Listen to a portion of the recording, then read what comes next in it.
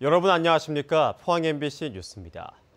경상북도는 올해 영일만항의 수출입 컨테이너 물동량이 11월 기준 10만 6천 TU로 지난해 같은 기간에 비해 12% 증가했고 2017년 전체 물동량 10만 3천 TU를 갱신했다고 밝혔습니다. 또 12월 물동량을 감안하면 지난해보다 10% 정도 늘어난 11만 4천 TU 이상을 처리할 것으로 전망했습니다. 경상북도는 러시아 자동차 수출과 동남아 철강 선제 수출 화물이 늘어 영일만항 물동량이 증가했다고 분석했습니다.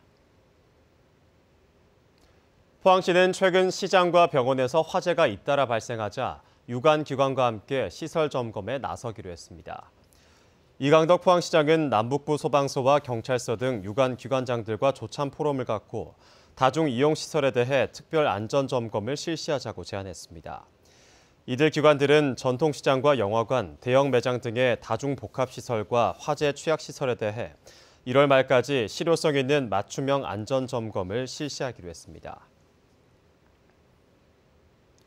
울릉도를 대표하는 어종인 오징어의 어획량이 크게 줄었습니다.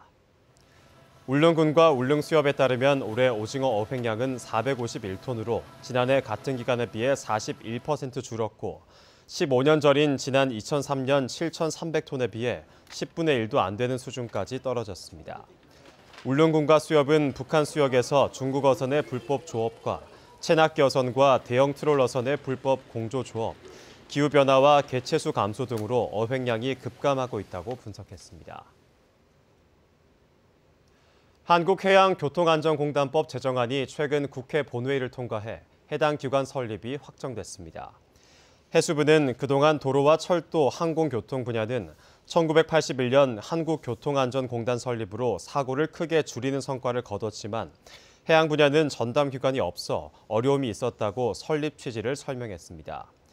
신설공단은 기존 선박검사와 여객선 운항관리 업무를 하는 선박안전기술공단을 확대 개편해 세워질 예정입니다. 보문단지에 있는 경주 현대호텔이 한국관광공사가 주관하는 호텔 별등급제 심사에서 국제 최고 등급인 5성을 받았습니다. 객실 440개인 경주 현대호텔은 이번 평가에서 위생과 서비스, 그리고 국내외 대형 행사 유치 능력 등에서 높은 평가를 받았습니다. 이로써 경주 보문단지의 5성 호텔은 지난해 힐튼에 이어 2개로 늘어났습니다. 경주시와 한수원이 방패장 유치 지원 사업으로 추진했던 자립형 사립고 건립이 취소되자 대안사업으로 도서관 건립을 추진합니다. 두 기관은 도서관 건립 장소로 경주 예술의 전당 인근 부지를 검토하고 있으며 경상북도와 협의를 거쳐 최종 확정할 예정입니다. 한편 경주시와 한수원은 방패장 유치 조건으로 자사고 설립을 추진했지만 정부가 사업 승인을 불허했고 최근 도서관 건립하기로 최종 확정했습니다.